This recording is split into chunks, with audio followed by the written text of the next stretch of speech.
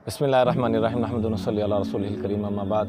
मेरे इंतहाई काबिल एहतराम ख़वातीन व हज़रात, आज हम अच्छे अखलाक यानी कि गुस्सा कंट्रोल करना, इसके मुतल्लिक़ कुछ गुज़ारिशात अर्ज़ करेंगे। गज़ब का लफ़्ज़ अरबी ज़ुबान में जहाँ पर भी है इसने गज़ब ही किया।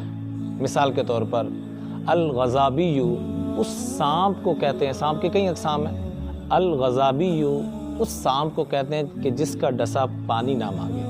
तो गुस्से वाला शख्स भी उसी सांप की तरह बन जाता है जो सबको तबाह कर देता है। अल-ग़ज़ूब उस मरीज़ को कहते हैं कि जिसका सारा बदन बीमारी से भर चुका हो, दानों से भर चुका हो, बीमारियों से भर चुका हो और इलाज की कोई सूरत मुमकिन ना हो।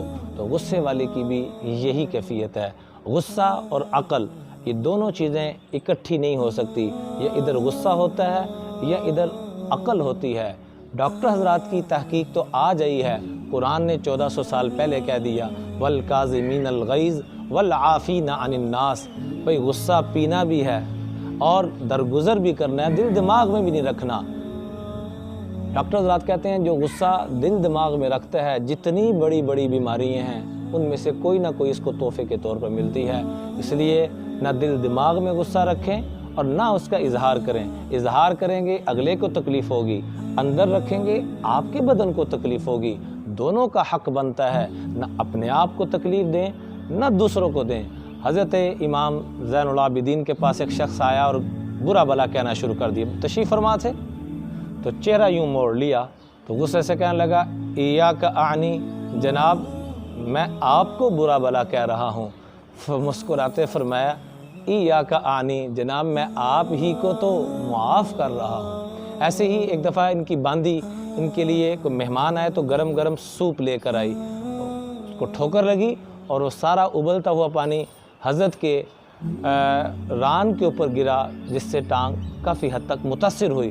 तो गुस्से से यूँ देखा अपनी बांदी को तो उसने फ़ौरन, अल्लाह वालों की बांदियाँ नौकरानियाँ भी अल्लाह वाली होती हैं, इसलिए कहते हैं अल्लाह वालों के साथ निस्बत जोड़ें अगर हमने तरक्की हासिल करनी है। तो गुस्से से जब देखा तो फ़ौरन उसने कुरान पाक की यही आयत पढ़ी वल काज़िमीनल गैज़, अल्लाह वाले तो गुस्से को माफ़ कर देते हैं। तो फ़ौरन कहा कज़म तो गैज़ी, मैंने अपना गुस्सा पी लिया। साथ ही उसने दूसरी आयत पढ़ दी वल आफ़ीना अनिन नास, अल्लाह वाले तो वो होते हैं जो दिल दिमाग में भी नहीं रखते, दिल दिमाग से भी निकाल देते हैं कि कुछ हुआ भी था।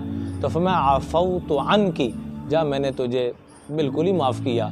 फिर तीसरी आयत पढ़ दी वल्लाहु युहिब्बुल मुहसिनीन, अल्लाह तो एहसान करने वालों को पसंद करते हैं।